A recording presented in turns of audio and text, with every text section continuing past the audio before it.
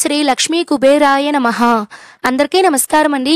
ఈ రోజు వీడియోలో 2025వ సంవత్సరంలో అక్షయ తృతీయ పండుగ ఎప్పుడు వచ్చింది, ఏ తేదీన, తిథి వివరాలు, అలానే అక్షయ తృతీయ పండుగ విశిష్టత ఏమిటి, ఈ రోజున బంగారం వెండి ఏ సమయంలో కొనాలి, బంగారం కొనలేని వాళ్ళు ఏవి సమర్పిస్తే అక్షయం వలె సంపద చేకూరుతుంది, ఇవన్నీ కూడా పూర్తి వివరాలు మన ఛానల్లో వీడియో అనేది అప్లోడ్ చేస్తున్నానండి. వీడియోని మాత్రం స్కిప్ చేయకుండా చూడండి. అక్షయ తృతీయ, అక్షయ అంటే తరిగిపోకుండా శాశ్వతంగా ఉండేది అని అర్థం అండి. అందుకని ఈ అక్షయ తృతీయ రోజున ఏ పని చేసినా, ఏ శుభకార్యం చేసినా, ఏవైనా కొత్త వస్తువులు కొన్నా, ఏదైనా కొత్త పనులు తలపడితే ఖచ్చితంగా దిగ్విజయంగా అక్షయంగా ఉంటుంది అని ఒక నమ్మకం అండి. అక్షయ తృతీయ నాడు బంగారం కొంటే బాగా కలిసి వస్తుంది అని ఈ రోజున ఎక్కువగా బంగారం అనేది కొనుగోలు చేస్తూ ఉంటారండి. ఇంతటి విశేషత ఉందండి. ఇవే కాకుండా మరెన్నో విశేషాలను నేను మీకు ఇప్పుడు తెలియచేస్తాను. మన పురాణాల ప్రకారం వేదవ్యాసుడు మహాభారతాన్ని వినాయకునికి చెప్పి మహాభారతాన్ని మొదలుపెట్టిన రోజు ఈ అక్షయ తృతీయ రోజేనండి. అంతేకాకుండా పాండవులు అరణ్యవాసం చేస్తున్నప్పుడు ధర్మరాజుకి శ్రీకృష్ణుడు బహుకరించిన అక్షయ పాత్ర ఇచ్చిన రోజు కూడా ఈ అక్షయ తృతీయ రోజేనండి. అందుకేనండి ప్రతి ఒక్కరూ కూడా అక్షయ తృతీయ రోజున అక్షయ పాత్రను అయితే ఇంట్లో రెడీ చేసుకొని పూజలు అనేది పెట్టుకుంటూ ఉంటారండి. అక్షయ పాత్ర ఎలా పెట్టుకోవాలి ఇవన్నీ కూడా నేను మీకు రానున్నటువంటి వీడియోస్లో అప్లోడ్ చేస్తాను. ఇంకా ప్రత్యేకంగా చెప్పాలి అంటే మహాభారతంలో ద్రౌపదీదేవికి వస్త్రాపహరణ జరిగిన రోజు, ఆ సమయంలో ద్రౌపదీదేవి శ్రీకృష్ణుని ప్రార్థించగా ద్రౌపదికి లెక్కలేనన్ని చీరలు ప్రసాదించి తన గౌరవాన్ని అలానే తన మానాన్ని కాపాడిన రోజు ఈ అక్షయ తృతీయ రోజేనండి. ఈ రోజున ప్రత్యేకంగా మనము ఆ శ్రీ మహాలక్ష్మీదేవిని, అలానే కుబేరుణ్ణి, అలానే అక్షయుడైనటువంటి మహావిష్ణువుని తప్పకుండా ఆరాధించాలండి. చాలా కథనాల ప్రకారం ఈ రోజున కుబేరుడు లక్ష్మీదేవిని ఆరాధించి ధనవంతుడు అయ్యాడు అని మన పురాణాల్లో అయితే ఉందండి. ఇంతటి విశేషత ఉందండి అక్షయ తృతీయ రోజున. మన పురాణాల ప్రకారం ప్రతి సంవత్సరము కూడా అక్షయ తృతీయ పండుగ వైశాఖ మాసంలో వచ్చేటువంటి శుద్ధ తదియా తిథి రోజునైతే జరుపుకుంటామండి. ఆ ప్రకారం 2025వ సంవత్సరంలో మనకి వైశాఖ మాసంలో తదియా తిథి ఎప్పుడు వచ్చిందో తిథి వివరాలు తెలుసుకుందామండి. శ్రీ విశ్వావసు నామ సంవత్సరం వైశాఖ మాసం వసంత ఋతువు ఉత్తరాయణం శుక్ల తదియా తిథి ఏప్రిల్ 29వ తేదీన మంగళవారం రోజున రాత్రి 8:32 నుంచి 30వ తేదీన బుధవారం రోజున సాయంత్రం 6:19 వరకు మనకి తదియా తిథి అనేది ఉంటుందండి. ఈ రోజు నక్షత్రం రోహిణి నక్షత్రం రాత్రి 8:24 వరకు ఉంటుంది. తదుపరి మృగశిర నక్షత్రం అనేది ప్రారంభమవుతుందండి. సాధారణంగా హిందూ ధర్మ ప్రకారం తెల్లవారుజామున సూర్యోదయం టైంలో మనకి ఏ తిథి అయితే ఉంటుందో ఆ రోజున ఆ తిథిగా పరిగణిస్తాం. కాబట్టి 2025వ సంవత్సరంలో అక్షయ తృతీయ పండుగ ఏప్రిల్ 30వ తేదీ బుధవారం రోజైతే వరకు వచ్చిందండి. చాలా విశేషమైన రోజండి. ఎందుకంటే సాక్షాత్తు అక్షయుడైనటువంటి శ్రీ మహావిష్ణువునికి ప్రీతికరమైన రోజు బుధవారం అండి.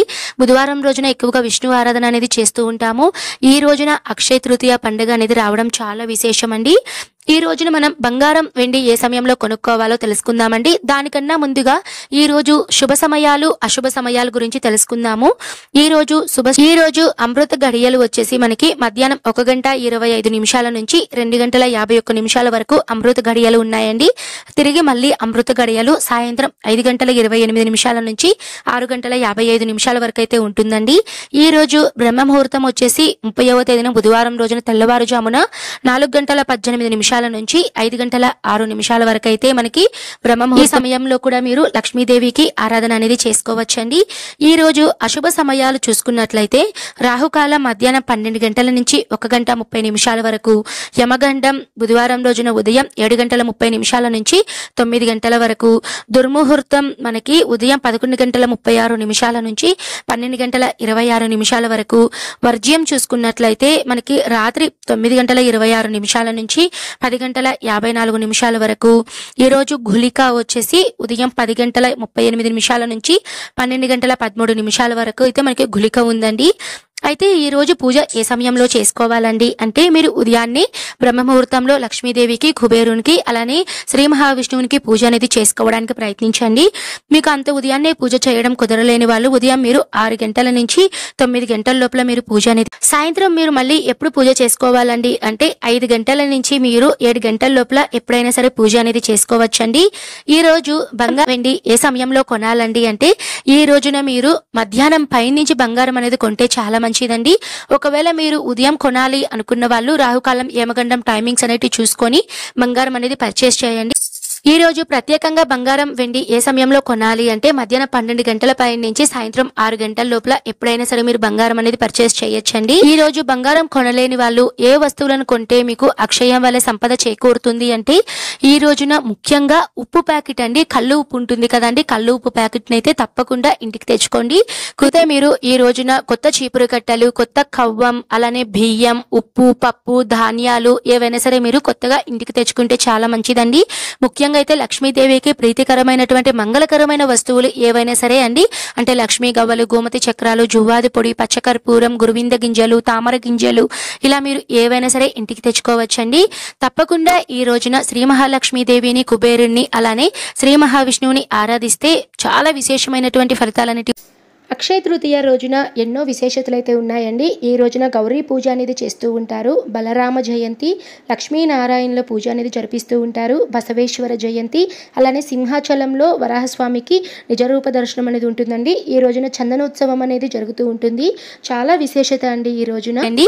ఇదండి ఈ రోజు వీడియోలో 2025వ సంవత్సరంలో అక్షయ తృతీయ పండుగ ఎప్పుడు వచ్చింది, తిథి వివరాలు తెలియచేశాను కదండి. మరో వీడియోలో అక్షయ తృతీయ రోజున పూజ ఏ విధంగా చేసుకోవాలి, అక్షయ పాత్ర ఎలా పెట్టుకోవాలి, అక్షయ తృతీయ రోజున మీకు ఉండేటువంటి డౌట్స్ అన్నిటికీ సమాధానాలు నేను క్లియర్గా మరొక వీడియోలో అయితే అందిస్తానండి. ఓకే అండి, ఈ వీడియో ఉపయోగపడితే తప్పకుండా లైక్ చేయండి. మన ఛానల్ ఇంకా ఎవరైనా సబ్స్క్రైబ్ చేసుకోకపోతే తప్పకుండా సబ్స్క్రైబ్ చేసుకొని మీ సపోర్ట్ని తెలియచేయండి. సర్వే జనః సుఖినో భవంతు. స్వస్తి.